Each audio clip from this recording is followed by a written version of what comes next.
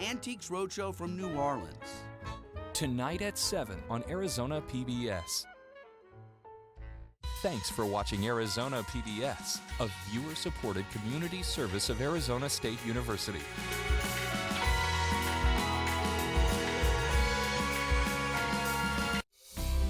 The easiest and best way to support Arizona PBS is by becoming a sustaining member. Your monthly contribution of $5 or more comes directly from your bank account or credit card, so you know your membership is always current. It also means no more renewal notices in your mailbox. So more of your dollars go to the programs you love. It's convenient for you, greener for us, and better for the planet. Become a sustaining member today. Coming up next on Arizona PBS, Life and World. Hi, Michael Crow here, President of ASU. Everyone should know that lifelong learning is going to be an essential ingredient to you and your family's success. I'm really proud that Arizona PBS and Arizona State University are working together in every possible way to make certain that you, through the PBS network here and our station here, can have access to all that you need to move your family forward in terms of gaining access to learning over your entire lifetime. No matter what your age, no matter where you are, no matter where you're sitting, no matter what you're doing, we are here for you, and we're really excited about that. Coming soon to Arizona PBS. On American Experience. If you wanted to improve your lot, America was the place to go. It's an enormous period of opportunity and hope. Gilded has the sense of a patina covering something else. Are we two nations, the poor and the wealthy? Or are we one nation where everybody has a chance to succeed? The Gilded Age on American Experience. Tuesday night at 8 on Arizona PBS. Support for Arizona PBS comes from viewers like you and from Hospice of the Valley, medical, social, and spiritual care for patients nearing end of life, and support for their families. A not-for-profit community hospice, HOV.org. From the Cronkite Studios in downtown Phoenix, this is Cronkite News. Arizona Senator John McCain introduced a new immigration compromise today, what it could mean for DACA recipients in Arizona. Plus, red light runners may rejoice. A new bill could ban traffic cameras across the state. Plus, local teens are solving math and science problems with some help, all the way from the other side of the globe. Cronkite News starts now. Good evening and welcome to Cronkite News on Arizona PBS. I'm Lillian Donahue. And I'm Chancellor Johnson. Thank you for joining us. Arizona Senator John McCain and Delaware Senator Chris Coons proposed a new bipartisan bill today that tackles immigration. The bill would put DACA recipients on a path to citizenship. However, the deal would not include funding for a border wall, despite President Trump's claims that without the wall, there would be no deal for dreamers. McCain said the bill would address their most urgent priorities. These include protecting dreamers, strengthening border security, alleviating backlog in immigration courts, and addressing the root causes of illegal immigration. McCain and Coons both noted it was important to end the gridlock on these topics in order to get Congress working again. Cronkite News reporter Ariana Bustos is live in our Washington bureau, where she talked to immigration experts about the proposal. The bill from Senators McCain and Coons got mixed reviews from the experts at the immigration panel this morning at the Bipartisan Policy Center. Daniel Griswold, a senior research fellow with the Mercatus Center at George Mason University, calls the proposal a step in the right direction. We don't need a 50-foot concrete wall at a time when most illegal immigrants coming into the United States aren't coming across the southwest border. They're coming in legally and overstaying their visas. The wall isn't going to do anything about that. Teresa Brown of the Bipartisan Policy Center says whether you like the bill or not, it still faces an uphill battle in the House and Senate, and then the White House. Like every other potential immigration deal out there, it's where do the votes come from? Are there enough votes for this between the Republicans and the Democrats? Will the president sign it? And that's been really the crux of the matter. It's not clear which of the various proposals, deals, undeals, frameworks can actually garner the majorities in the House and the Senate. Brown acted as moderator on the panel that met to discuss how a merit-based immigration system would work in the U.S. Representatives of the Canadian and Australian governments told the panel that the merit-based system works well in their countries. However, Griswold says it won't work the same in the U.S., and that less migration of unskilled workers allows for the possibility of higher illegal immigration. One of the problems of a merit-based system is it doesn't allow for lower-skilled migration. That's our problem in this country. It isn't that we don't have a wall, it isn't that we aren't enforcing it, it's that we don't have sufficient legal channels for hardworking, peaceful immigrants to come into the United States. The Senate bill mirrors a House proposal that has 54 co-sponsors, evenly divided between Democrats and Republicans. Not so in Arizona, where all 4 Democratic House members are co-sponsors, but no Republicans are. Live in Washington, Ariana Bustos, Cronkite News. The stock market took a major plunge today, with the Dow at one point falling nearly 1,600 points during trading. The Dow's point loss at the end of the day was 1,175, its biggest point drop of all time. But that's only a 4.6% loss, not quite as much as its worst drop during the financial crisis in 2011. In a speech at an Ohio manufacturing company, President Donald Trump didn't talk about the numbers, but focused on economic successes. Your taxes are going way down, and right now, for the first time in a long time, and you've seen it, factories are coming back, everything's coming back. They all want to be where the action is. America is once again open for business. The market slump began on Friday with a more than 600-point sell-off. Our Cronkite News reporters on the Money Beat reached out to the National Reynolds Center for Business Journalism for some context on this week's market drops. The resounding advice: investors stay put. About the number of points, we were so high that everyone was saying this can't be sustained forever.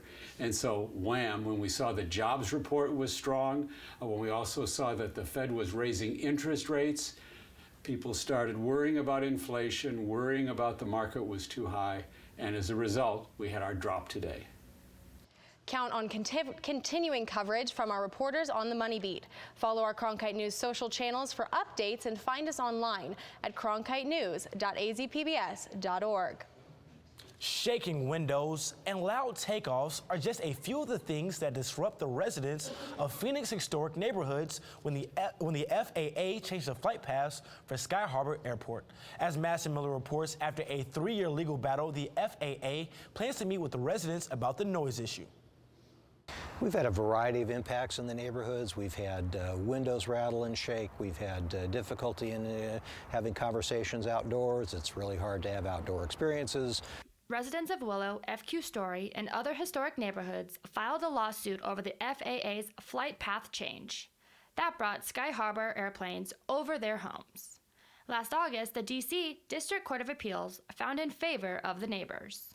Part of the complaint was that they didn't give the community any notice when they changed the flight paths originally in 2014, and the community did not have an opportunity for any involvement. Now the FAA is holding 3 public meetings for the residents to learn more about the changes and express their opinions. And people will be able to view some basic videos about how air traffic control works.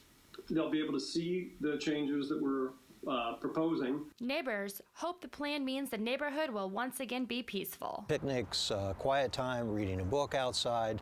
I mean, this is the time of year where we want to be outside. Not only will the FAA attend the workshops, environmental specialists will also be there to answer any questions or concerns. In Phoenix, Madison Miller, Cronkite News.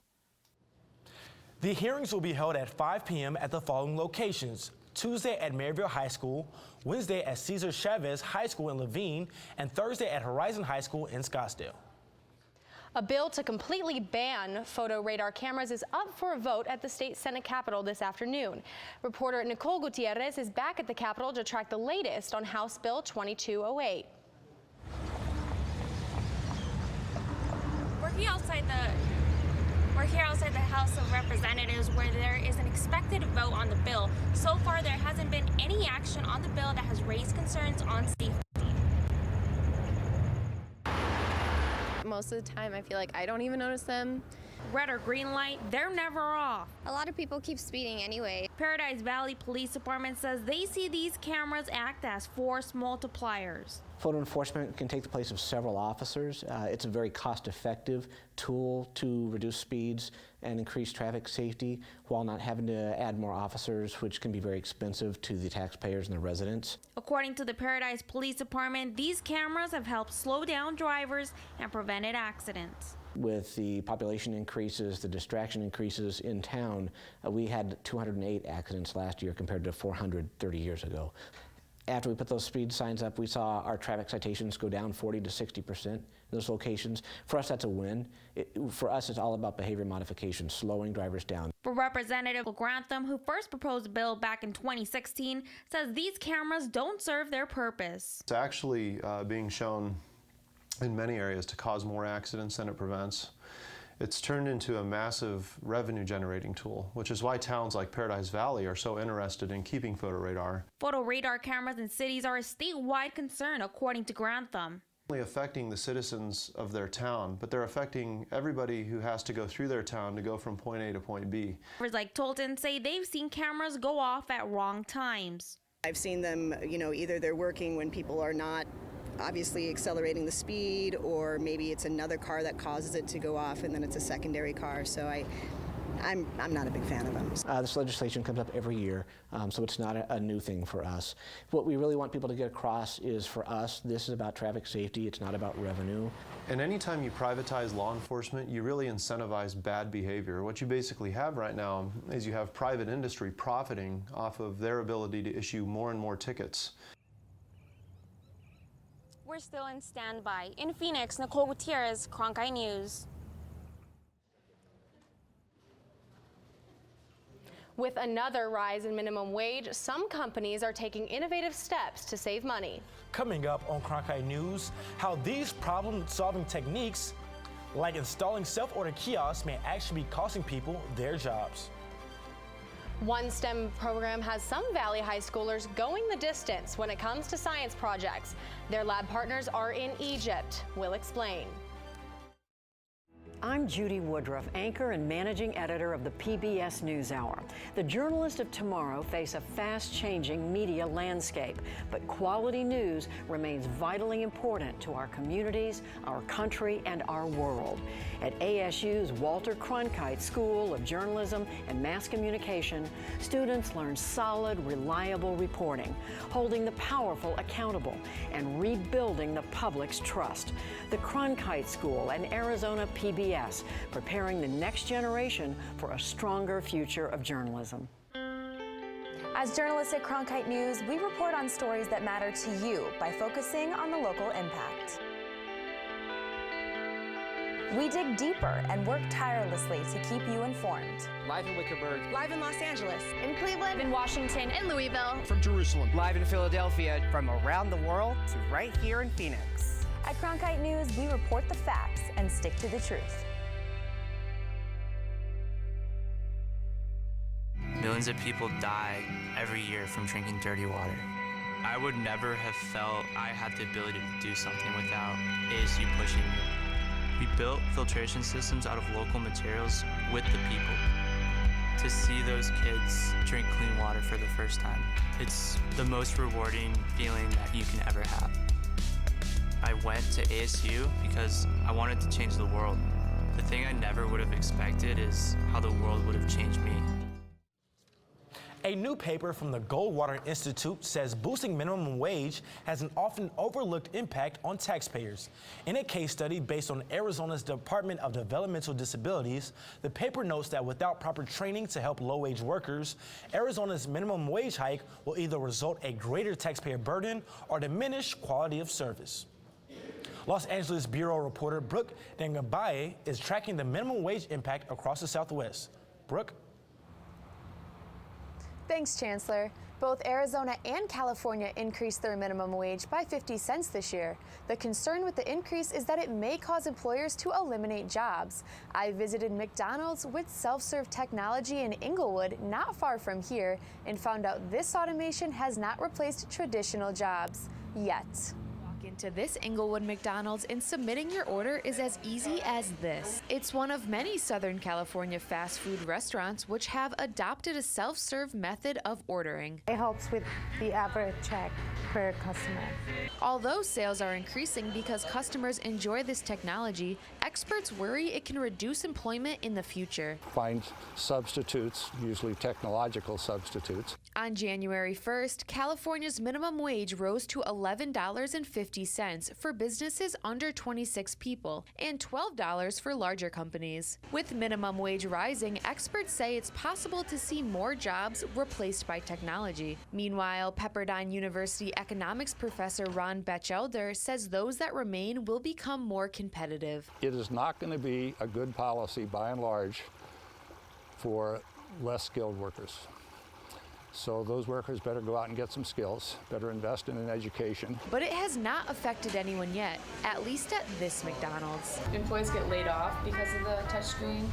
Oh, no, not at all. With California's minimum wage expected to rise to $15 by 2022, Batchelder argues in the long run, low-wage workers like those at McDonald's may start to see themselves left out if they do not develop new skill sets. You're going to sort out the weaker workers, and they're going to tend to be let go, and you're going to shrink your labor force. And as technology advances, the employment landscape will undoubtedly continue to see change.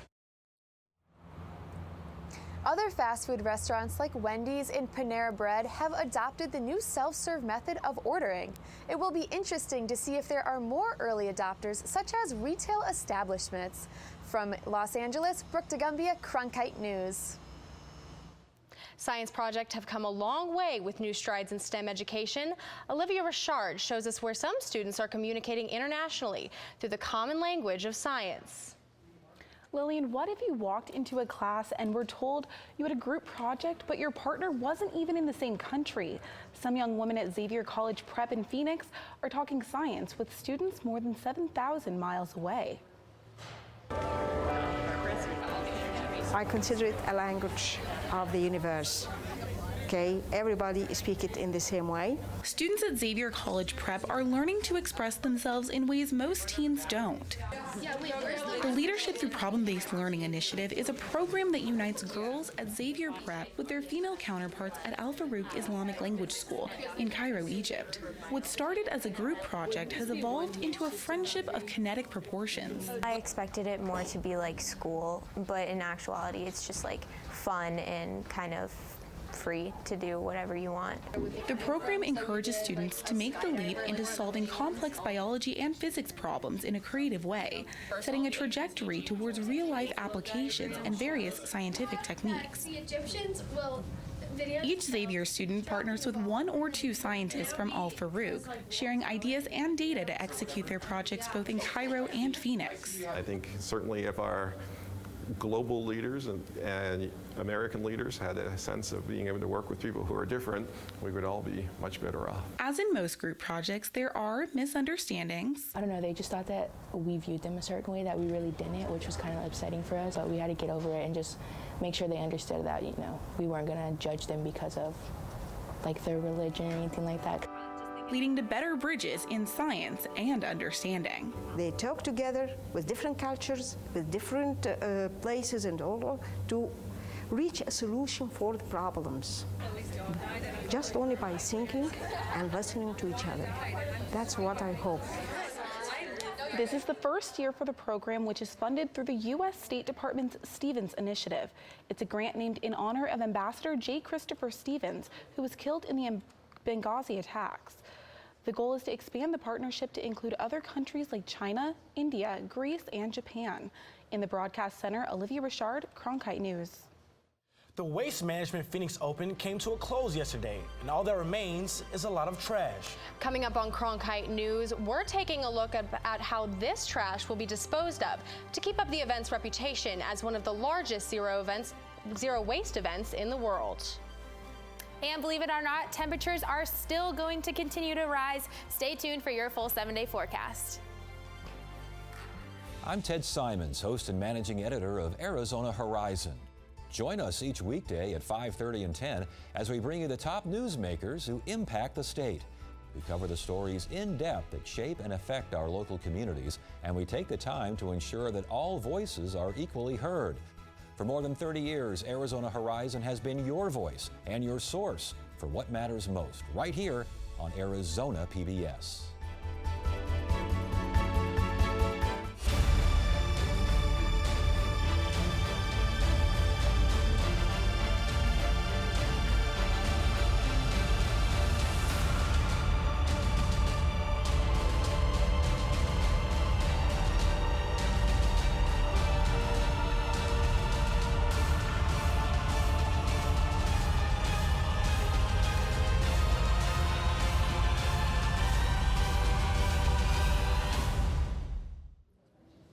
As you can imagine, a record crowd of 719,000 people at last week's Phoenix Open generated a lot of waste. Cronkite News reporter Josiah Destin got his hands dirty to find out how the tournament keeps that waste from ever making it to a landfill. A stuffed gopher in a boat in the lake alongside the 18th hole at TPC Scottsdale helped the Waste Management Phoenix Open minimize waste over the weekend. The green gopher is literally a gopher driving a speedboat. He zooms around the lake, and when the birds see him coming, they fly away. So that way they don't roost on the nest, and then we have another form of waste to deal with. That green gopher represents just one of many efforts to limit the environmental impact of the largest golf tournament in the world, one that officials say diverts over 1 million pounds of waste each year and sends nothing to the landfill. This is one of the best examples of sports and sustainability mingled together because they're doing it all. They're doing the back of house, they're doing the front of house and communicating with the fans, really demonstrating this. About 5,000 pounds of recyclable or compostable items fit in these compactors. From there, they're then taken to a transfer station where they're reassorted to achieve that 100% diversion rate. At the transfer station, we're literally pouring through every single piece of material and basically putting, sorting it into recycling versus composting versus, small percentage of waste energy. According to Waste Management, more than 80% of signage was reused from last year's tournament. Materials like cups and plates were specialized months in advance to be compostable. Even water used in the kitchens found another use. It was put through a gray water system and wound up in the 1,400 portable toilets spread throughout the course. In Scottsdale, I'm Josiah Destin, Cronkite News. The Scotland-based Golf Environment Organization certified the 2017 tournament as the largest verified zero waste event in the world. Arizona's state fish is making a comeback. The Apache trout will be returning to lakes and streams in the White Mountains by May. The Arizona Game and Fish Department will stock around 55,000 of these fish from its Silver Creek hatchery throughout the summer. Apache trout were not restocked last year due to hatcheries having tested positive for bacteria kidney disease. The fish will be stocked into various bodies of water, including Lee Valley Reservoir, the east and west fork of the Black River, and the west fork of the Little Colorado River. The weather was perfect this weekend for getting outside. Holly Bach is tracking our weather to see if these warm temperatures will stay with us this week. And guys, these warm temperatures are going to be staying with us throughout this week, but right now we are sitting at our high of 80 degrees and it was a beautiful day out there today. Heather from Tempe sent in this photo at Tempe Town Lake, and Amanda from Flagstaff sent in this beautiful photo from up north earlier today. Now going into our evening, just around 7 p.m., we are going to be at 73 degrees, clear skies throughout the day, and going into tomorrow, we are going to hit our high of 80 degrees once again around 4 p.m. And like I said, clear, beautiful skies out there tomorrow as well. Looking around the state of Arizona, we have temperatures at 59 degrees in Grand Canyon, 61 degrees in Show Low, and 79 degrees in Tucson. Now heading through our week, we are going to be in the 80s throughout the rest of the week. Thursday is going to be our warmest day at 84 degrees. And if you've been hoping for a cool down, you are going to get that on Sunday. Our high is 72 degrees with a low of 49. For Cronkite Weather, I'm Holly Bach. An extension to the light rail will soon be coming to the valley, and with it, it'll bring new art. Coming up on Cronkite News, how these artists are using transportation to connect with commuters.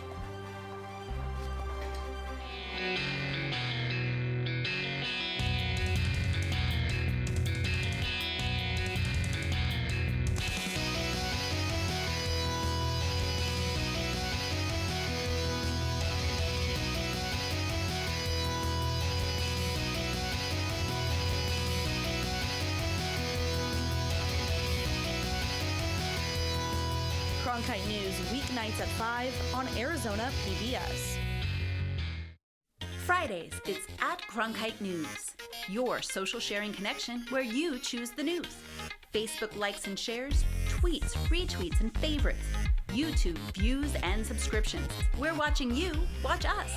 From our digital home at cronkitenews.azpbs.org to your television, web browser, or mobile device. Find us on Facebook, Twitter, and YouTube. Then join us for at Cronkite News, our weekly refresh, each Friday at 5 on Arizona PBS.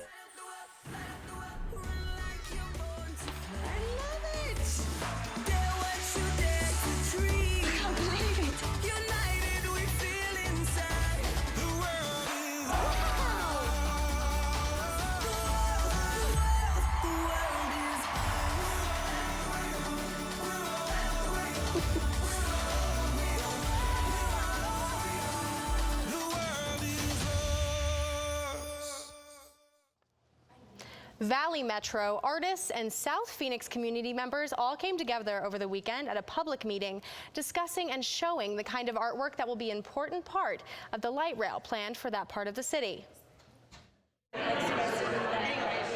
Residents weren't shy about expressing their thoughts about the art that will adorn the light rail extension planned for South Phoenix, cutting through some of the area's most central districts.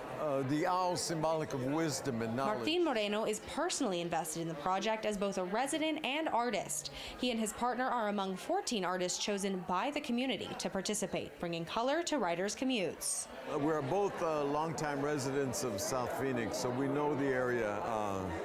And we're real honored to be selected as representatives of the community.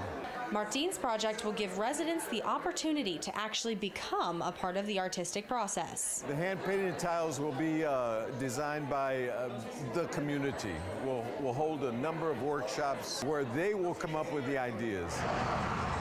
The light rail extension will span 6 miles into South Phoenix and include 11 new stops.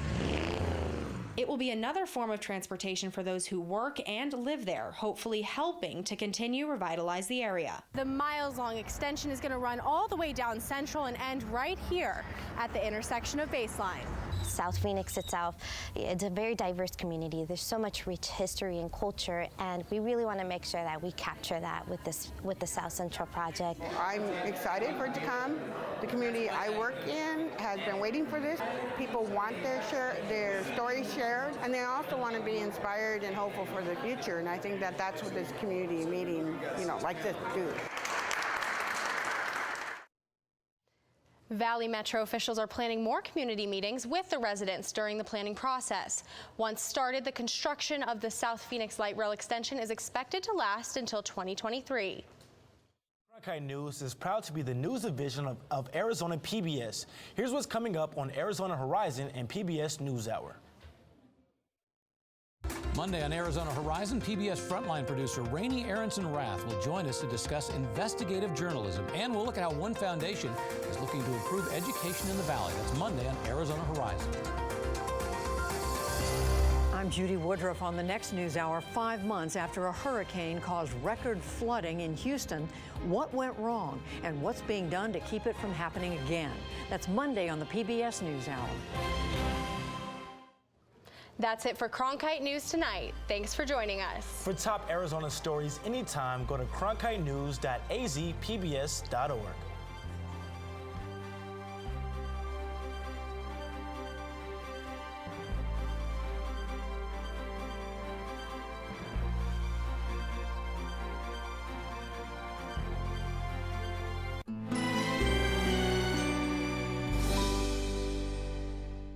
She fought alongside Nelson Mandela. She's an activist, she's a fighter. For over 3 decades, she kept the struggle alive by any means necessary. Witnesses implicated Mandela in 4 serious assaults. Winnie. Tonight at 11:30 on Arizona PBS. Explore new ideas and new worlds here on Arizona PBS, a community service of Arizona State University.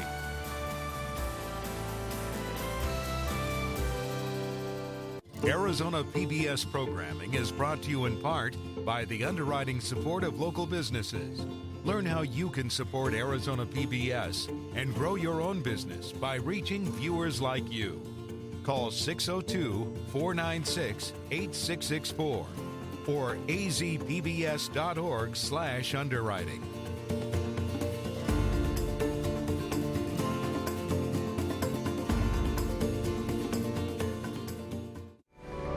Coming up next on Arizona PBS, Life and World.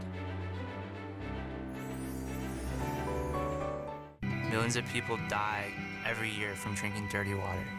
I would never have felt I had the ability to do something without ASU pushing me. We built filtration systems out of local materials with the people. To see those kids drink clean water for the first time, it's the most rewarding feeling that you can ever have. I went to ASU because I wanted to change the world. The thing I never would have expected is how the world would have changed me. Coming soon to Arizona PBS. On American Experience. It's an enormous period of opportunity and hope. Are we two nations, the poor and the wealthy? Or are we one nation where everybody has a chance to succeed? The Gilded Age on American Experience. Tuesday night at 8 on Arizona PBS.